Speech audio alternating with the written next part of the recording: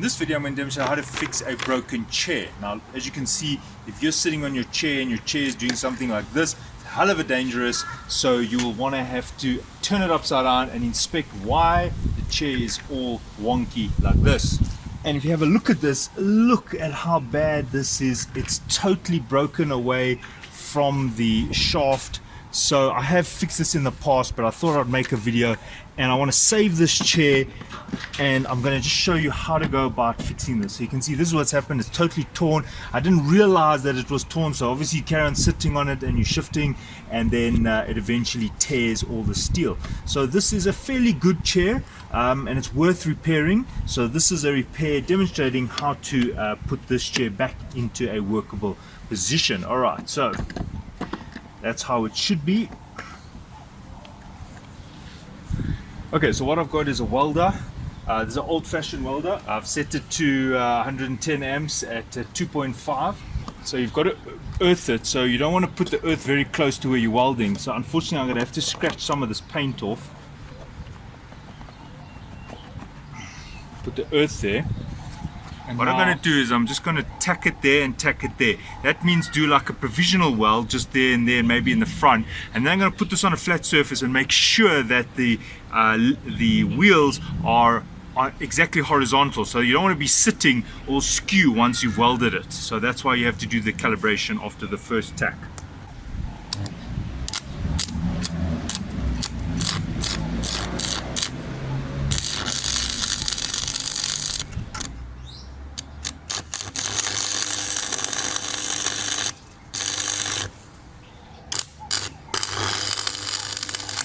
Right, now I'm going to put it on a flat surface to check that it's straight.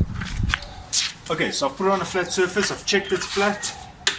Let's use the spirit level. Yes, perfect. Now what you want to do is you want to check that the seat is in the horizontal position. It's pretty accurate in here, but just keep in mind that these can shift up and down. So you've got to have them in the right amount of clicks. Let's see, fully down. Alright, so there we see there's a little problem.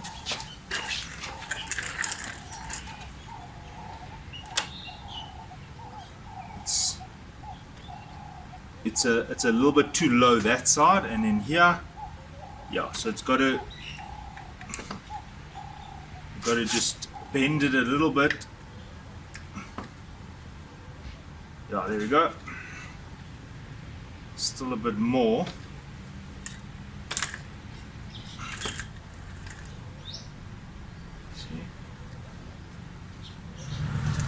Okay, so what I'm going to do is I'm just going to use my knee. I'm just going to try and bend it a little bit. It might break the weld. See? Okay, it's a bit too much. Yeah, there we go. Okay, that's perfect. You could even sit on it. Sometimes that's the best answer is to check it. Oh, that's pretty even. Perfect. Okay, so you've got to be very careful when you move it, because we only just tacked it, that's all.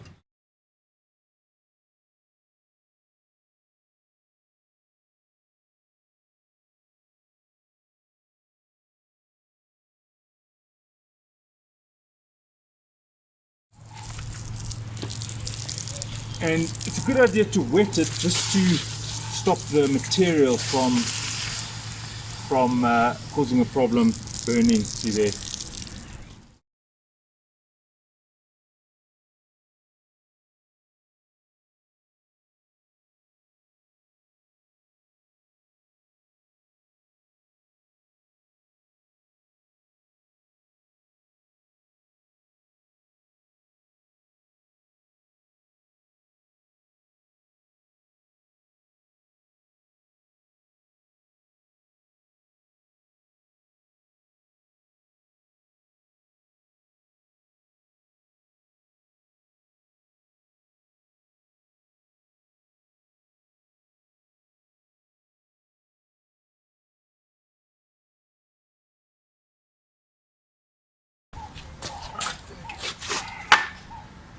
Okay, it's pretty close to, let's see, sometimes a chair shifts a bit. Ah, see there, it's very close to horizontal. Let's try by sitting on it.